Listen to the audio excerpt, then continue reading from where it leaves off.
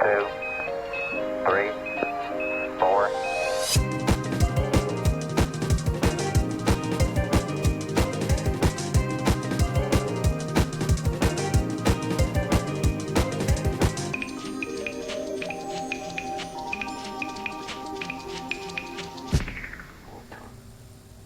And welcome back to our count 'em, 1, 2, 3, 4, fourth installment of Breakfast with Brothers. What's up, breakfast goers? How's everyone doing today? We love to see the familiar faces, loving to hear from all the people. Hopefully everyone's doing well. We can't wait to see you guys because we do have a surprise for next week. We are bringing on our first guest. First guest. Woo-hoo! First guest. It's a little celebration to party about. I feel like since we haven't had a guest on yet, this is going to be different. We might even go for a little longer. Give us time to talk about everything from everybody's perspective. Yeah, we might have like an hour or 45-minute long episode next week, which would be pretty sweet. So we'll see how that goes, and you guys will meet the guest the next time we're up on the board here. Yeah, sorry, we're not spoiling you early. We're going to keep it a surprise. It's a surprise. And you're going to love Surprise. it, though. Gotta put Yeah, the they will party love people on. If the party people have listened this long, they'll be pumped to hear about a guest. And if it's a little longer of an episode, more content, more vibes, it's just inevitable. I mean, like, you know, if they're excited or not, we're going to have them on. So that's all I'm saying. No, it's true. Yeah, this podcast, even though we do appreciate the feedback and everything as far as advice goes, this is our podcast and we're going to run it. We're pretty much here to just do whatever works, and bringing on guests has been one of the things we talked about at the beginning. So, since we're finally at that point, whoever it is, like I said, we're not spoiling it, keeping it a surprise. Keep your eyes peeled, and you'll love it. Let's go. No, Let's but go. on a serious note, this week's topic, well, I shouldn't say this week's niche, we're looking into tech and technology and products surrounding it. And we just spoke about a little bit of the goggles that you throw on to immerse yourself in AR. And that was with the Apple Vision Pros, a little bit of Oculus vibes. But now we're moving in a whole new direction, talking about voice assistants. No, what's yeah, cool we're going to be about that talking... is- Yeah, go ahead. Yeah, I was going to say, I didn't mean to interrupt, but we're going to be talking about, like, assistants like Siri, Alexa, you know, Google. Hey, Google. Everyone's hey, Google Assistant just went off in their house right now.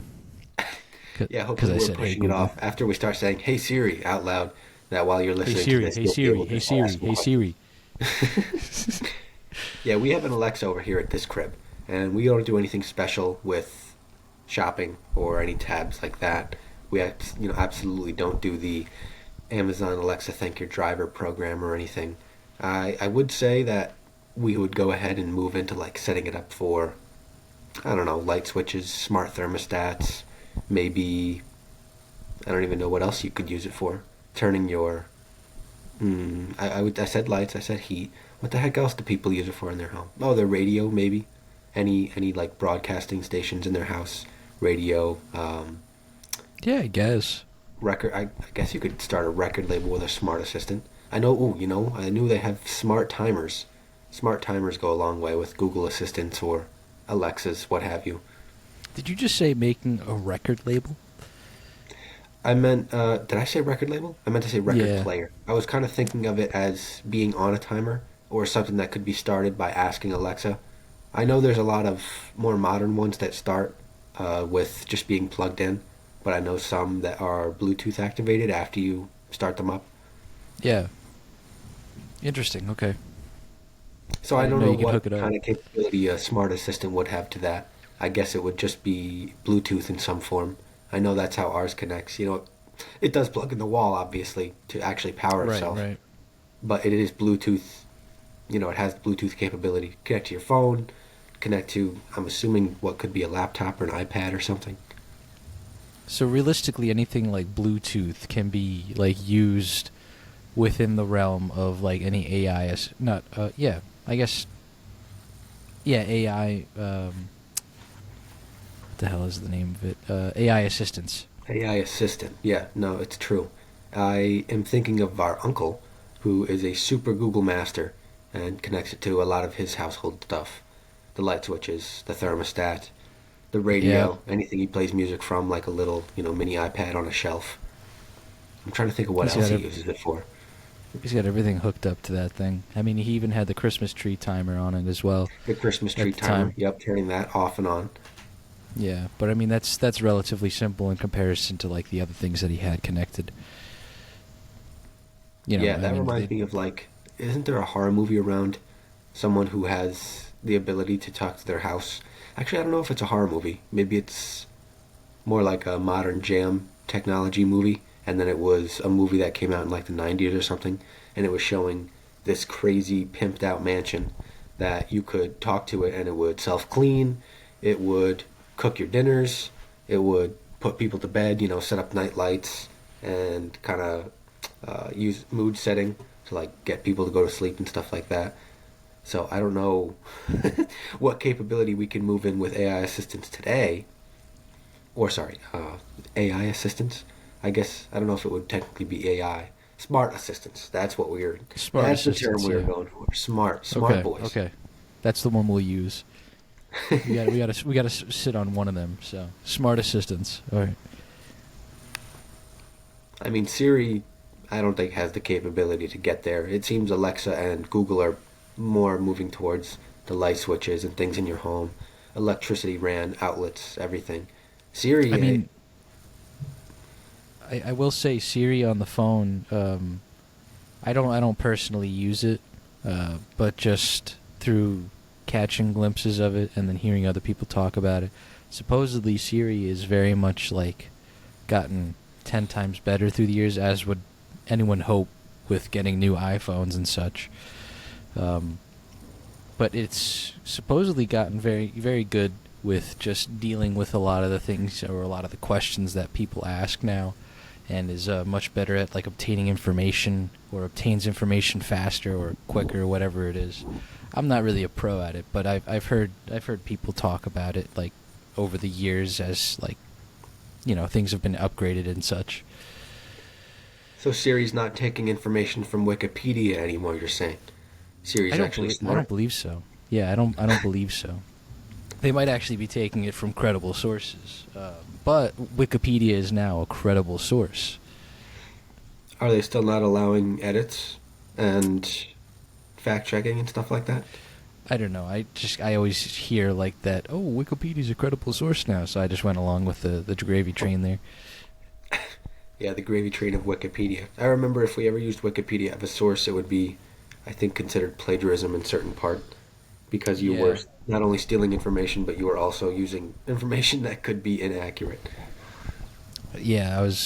I just strayed from using Wikipedia at any time. Um, it was never really helpful either, in some circumstances. Like the topic I was like looking up had like, I don't know, just little to no information, and Wikipedia was the only article that actually had anything, and it still didn't make any sense. So I feel like Wikipedia has some type of capability when you're looking up stuff just for shits and giggles. yeah, There's yeah, some conversational topics or information that you couldn't care less about that you just pop up to pop up. You're like, oh, I'll use Wikipedia. It'll give me what I need for now. Some surface level information. yeah. I feel like Wikipedia is good to use, like if you just want a little introduction to something. And then sometimes it actually has like extremely reliable information. The only thing is you have to fact check it. Make sure everything is up to date, or just squared off. But for the overall part, like there could be actual good information off of Wikipedia articles. It's I know just a for the matter of main knowing. Wikipedia page, or sorry, I should say for the main bigger pages where you're seeing stuff that a lot of people have edited and worked on, that stuff has reliable sourcing that they pinpoint. Similar to how you would write a paper, like when you're going to the end of the paper and you're citing your sources. Wikipedia on their bigger pages have a lot of sites, not sites as in clickable, sites as in citing information in articles and journals, everything. Maybe Right. even some scientific journals and things. I think it just depends on the topic because some of those people will gatekeep really hard. If people come in and try to mess with the information and edit, they are always monitoring it. I don't know if Right. that's the case for a lot of the pages. I'm sure there's smaller pages where it's maybe pop culture information or stuff that's not really important, that there's only one sets of eyes on, if that. And then the bigger pages, I mean, I can think of maybe some American history that would get thrown in there that people want to, keep a hold of. I can think of maybe some probably new information with AI, stuff that we're talking about right now with smart assistants, stuff Right. around the digital era that people want to probably keep a closer eye on just to keep people informed. But I don't know, it's hard to say. Like you said, I don't use Wikipedia all that much. I'm kind of in the same boat. It's just one of those things. Yeah, it's just like something like if you're looking up some weird information that you're like, well, let's look it up. Then you choose the Wikipedia article, I agree. just to get quick info, you know, relatively trusting info that you can just click on quick and read out to your friend or buddy Yeah, that's get that saying quick, that you're wrong. the surface level answer. I think it was Yeah. good for books, helping describe the plot and the summation of everything that was happening. And similar to what a Spark Note is for a book, Wikipedia had some information there too. They would tell you the character, they would dive into different plots, they could explain like holes in the story, stuff like that. That was useful for when you had to get a quick answer about something from a book. If you didn't read it, if you didn't do your summer reading, I know I've been guilty of missing out on a couple books from that. Wikipedia was the spot. It was helpful. It was handy dandy. My go-to is Spark Notes. I mean, it was needed. It was a classic, as far as what information you were looking up, specifically for books. I don't think I used SparkNotes for anything else except for books. I I was don't to think say I've I ever only used used it it for for movies. books, Just books. but well, back to Siri and uh, the personal assistants, whatever we called them. Personal assistants. Well, that's the what- thing oh, too. If you had smart a smart assistants. assistant like Siri or Alexa or Hey Google, sorry, we just activated everyone's, and they could do Hey more Google. things than the classic, turning on light switches, thermostat Right. settings. If they could like cook for you, if they could do some energy saving on appliances like a dishwasher or a refrigerator. I don't even know what else. Maybe air fryer appliances, whether or not that's like a toaster oven or the actual air fryer is shaped like an egg. Just imagine if your kitchen was running full function. Your kitchen timers, your microwave. I mean, heck, you could even have your stand-up mixers doing some stuff on the smart assistants. Hey, Alexa, bake me a batch of cookies. Just imagine, man, being able to throw stuff in the oven for you. But then you're just sitting around, and then you're gonna turn into the people like from Wall-E, where you're just sitting in your chair all day and get like extremely fat. Binging a lot of television. The thing Yeah, is, just people are already binging a lot of television, so if they can get dinner cooked for them while they're watching, or they can get goods baked for them while they're watching, people are going to take the advantage. I don't think it's going to be this mainstream thing, but if people oh figure yeah, out how it's done, people are going to have it done. They're going to stop paying private chefs. They're not going to be paying anyone to sit in at home. They're not going to be ordering DoorDash and Uber Eats duty. or they're not going to be ordering duty. Oh man. No, but I mean like all these people that want that already, or Yeah. I guess that follow in those footsteps of just being lazy. Yeah. I would consider myself lazy in some aspects, but like I know I need to get up, move, and do something, and like actually make my own food and do all that normal stuff. But there's a lot of people that just will, if they can, they will sit on the couch all day, not move. So if they had anything else like helping them, I feel like that's just a detriment to society. Well, that's the thing. Once you become lazy and dependent on stuff like that, you'll just start looking for a way to do everything like that. You'll be like, "Hey Siri, take me to the shower," and then Siri's gonna lug you all the way to the bathroom. Siri's gonna turn on the shower head. Yeah, you're gonna be lifted up out of your seat. Your feet are gonna be shuffled across the floor for you. It's one of those Facts. things where if it can be thought about and someone can imagine it, it's gonna be made. It's gonna be created, and not for the sake of good by any means. No, I know. I guess that's what should be expected if people actually like, put money into this stuff or invest or talk about or, purchase for that matter. Yes, but So, I will say, and kind of as a side note, I guess it still pertains to smart assistants, personal assistants, if you will, the smart shopping aspect of it, where I think Alexa started it. I can't say that for sure. It might have been Google, where you can kind of do your shopping from your speaker. You know, whoever you're talking to, your assistant. So you can be shopping through, be it Amazon. I know people can link up Aldi's, Walmart's, ShopRite's, whatever, your local grocery stores. And I think in that sense, not so much the people who are at home every day that are in their 20s or 30s or 40s, where they can go out to the grocery store or they can just use their phone and shop, but people who are more senior citizen age. I would say like late 50s, late 60s, late 70s. People who are not only hard of hearing, but they're hard of walking. You know, they have maybe some injuries they're sustaining that are a little bit too hard to be able to go out and actually shop, or they don't have people to pay like grandchildren or neighbors that are friendly. They can use that smart assistant to be able to get their shopping done. And I think that would go a long way with people who don't really want to get around the house. They could just sit there and be like, I'm just gonna hang out, do my grocery shopping from my bed. You know, it's one of those things where it's not only helping the lazy and the people who get a little bit crazy about going shopping, but the less fortunate people who can't even get out of bed, who can't even sit up to do any cooking, cleaning, whatever. These people who need a little bit of help. I don't know. What do you think about that? well, I think for the entirety of, let me rephrase this. For the creation of that aspect, like being able to order like groceries online, and especially through like a smart assistant, I think it's great for those that can't or don't have the mobility to get out and go do those things. Go shopping. Just going to the grocery store in any means, or just getting out of the house. If they can't even walk around their house too great, obviously that would be a good tool to have when trying to get groceries or trying to get anything you might need. I know you can order on DoorDash and you can get it from like Rite Aid or something, just a little shopping stuff.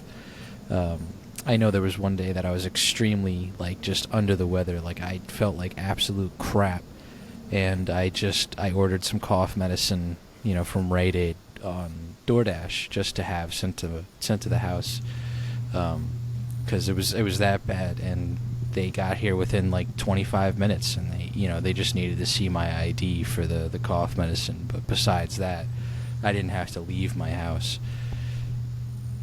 But where I'm getting at is that it's good for those that need it or that can Absolutely. use it in that aspect. But I think those that just don't want to get out of the house or just don't want to do it all the time, because there's going to be times where you're a little lazy, right? Absolutely. No Agree. matter who you are. But those that do it all the time and abuse it, in some sense you're kind of wasting money, depending on if you're paying any delivery fees, because I know DoorDash has some delivery fees, but that's also for the drivers that you're paying to some degree, I believe, right? Yes. Yep. Absolutely. That pay is definitely going towards a little bit of everything, and taxes too.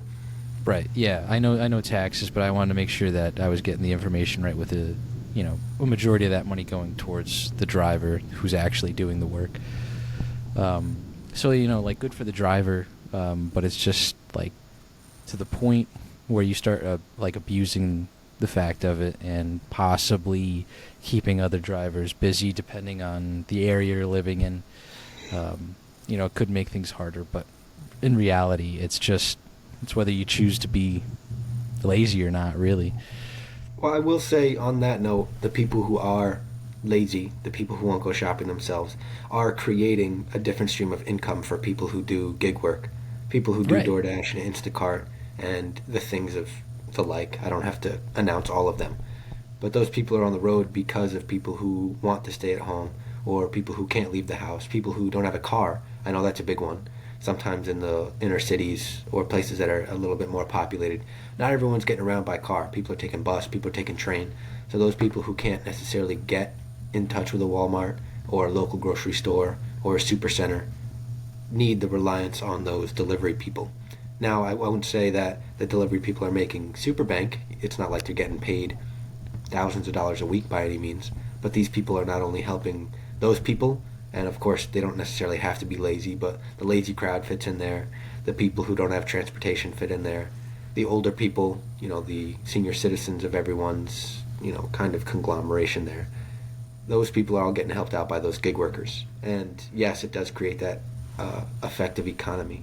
But now I wonder, on the topic of smart assistants, if there's one day where people will use their smart assistant at home to set up a shopping list. They'll set up a routine for week-to-week milk buying, egg replenishment, dairy products, stuff like that, where there will be smart assistants in store shopping for you. You see the Amazon warehouses now where they have little robots set up. They have the floor Roombas. They have the box lifters that just rotate. I wonder now what that looks like for grocery shopping, because we already have self-checkouts. We have cameras in the store that monitor security and theft. And then next step is just send the robots in. The robots are going to be doing some smart shopping soon, dude. Dude, yeah. I mean, just to touch back quick, it's like I didn't think about it like that in the sense where it's creating that economy for those that are actually gig working on that. That makes so much sense. It's true. Did not think of it like that, and now I know is that, it's just a whole system, or, if you will, an ecosystem where it's supply and demand just as per usual.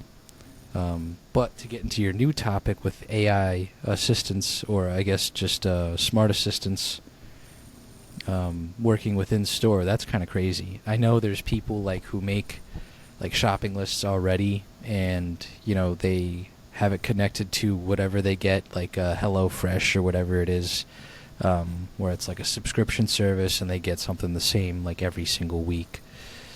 So I know there's programs as such. It's just you're asking where are they going to take it, and if they take it to the point where it's oh, now we got AI shopping and Walmart and ShopRite and Stop and Shop and Food Lion and whatever else.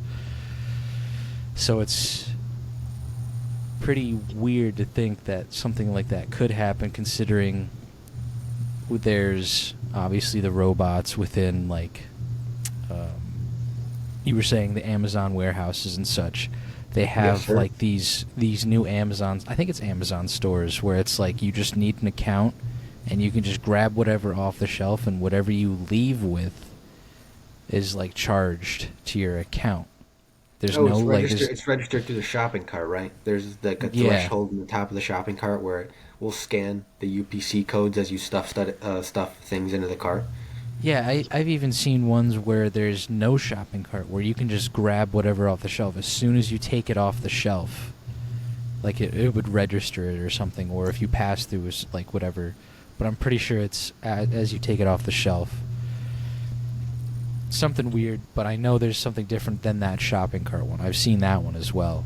That one was pretty neat, where it's there's a plastic ring around the shopping cart up top, and as soon as it passes through that, yeah. So I've seen those. I will say the days of stealing are probably long past due. I know I hear or have heard stuff about people shoplifting through Walmarts or local grocery stores that have the self-checkouts and things like that. And the places don't make a big deal out of it. And I'm just talking the grocery stores and the super centers. Don't make a big deal out of it when you're stealing small, because the incremental use of stealing and being able to take things eventually adds up. And I think, from what I read, is they wait until you cross a certain threshold of amount of goods stolen in a dollar amount. And then once you hit that threshold, then they can come at you with charges and litigations and things like that. Things that they can probably end up fining you for. I don't think it would be jail time. I don't think it could end up being jail time, I guess, depending on how much you stole. But I know it ends up becoming more of a fine problem, and you may, be monitored for future shopping activity. I don't know how all true that is, but if it is true, and so I think it is, I don't think it really deters people technically. I'm sure most people don't even know that it's a thing. But in other cases, for people that have heard it, it's one of those things where it's like, well, I'm going to go to the grocery store. I need this stuff anyway. I may as well just buy it, and then fitting it into their budget. It's another thing if you're avoiding your budget and just stealing things to steal things. It's like, oh, I only need $45 worth of grocery this week. Who cares if it's all free? And this time Right. around, they're walking out. And then they do that every other week or something like that. Now, that's messed up in its own right. Of course, people got to do what they got to do. I'm not going to sit here and judge you if you're, short on groceries and you need to feed your children or whatever. But just know that there could be future consequences if things take a turn for the worse. At least that's what I've heard. I don't know if you've heard something on the same. Yeah, there's a threshold. The threshold is like, I don't want to implore anyone to go out and do this. Once you hear the threshold, but I'm pretty sure for like I don't know if it's New York State or a certain state or a specific state. It could be California as well. I know California has this huge issue on it, but I believe the threshold in New York was $1,000, specifically at Walmart. I can't speak on the other stores. I know Walmart is one of those easier stores where it's like, all they have is just self-checkouts now. So it's not like someone's necessarily monitoring at all moments when you're Right. sitting They there at the usually only have scanner. one person standing around those registers too. So that's the thing. Walmart makes it. They almost want you to do it, and then they can get you later on down the line. I haven't heard of Yeah. anyone that gets got later on down the line as of yet. I'm sure there's stories out there. I'm sure there's some information on it. Maybe we should Yeah. check Wikipedia. I don't know. I believe the threshold was $1,000. I can't. Yeah, we should check Wikipedia. Yeah, that's a good one. I don't know. Don't quote me on the threshold. I thought it was $1,000. I thought someone said it or I had seen it. But it's just in regards to Walmart. I mean, like Walmart, like you were saying, there's usually one person watching the self-checkouts. The one here in Fredonia is a bit busier, so there's a couple of more people.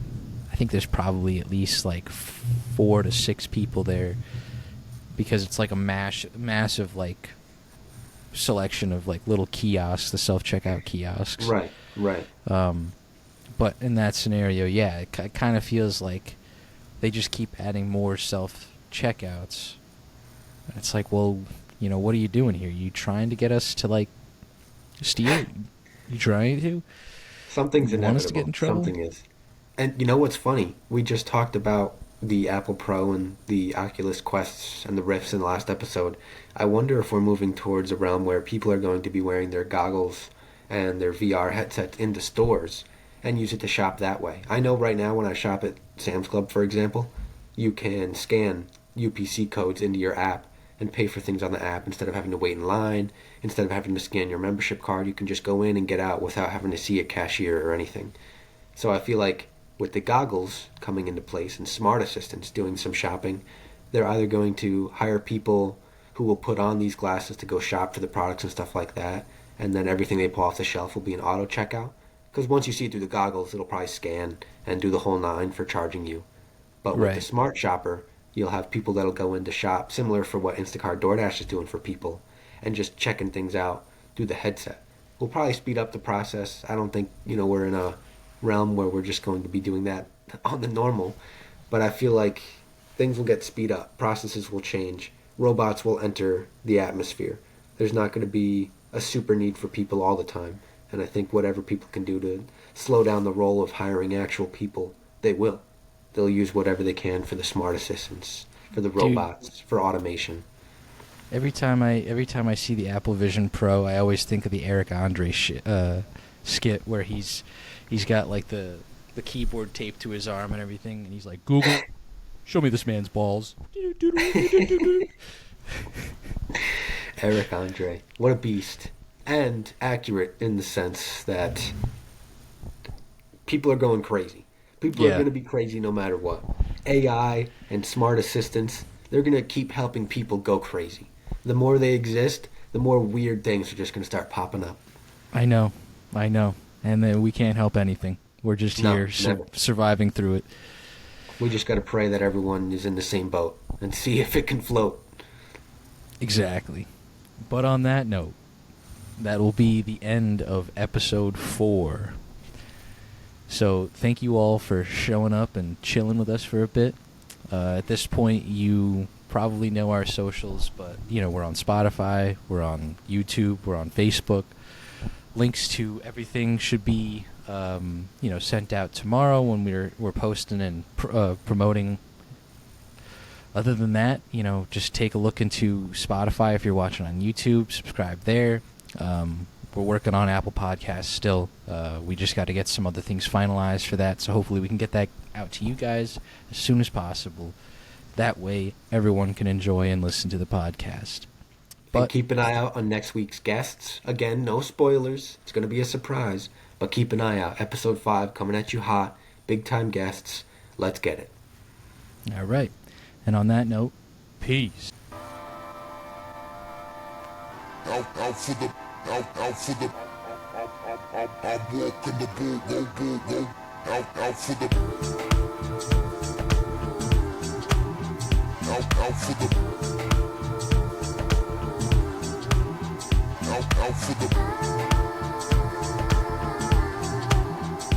out for the out for the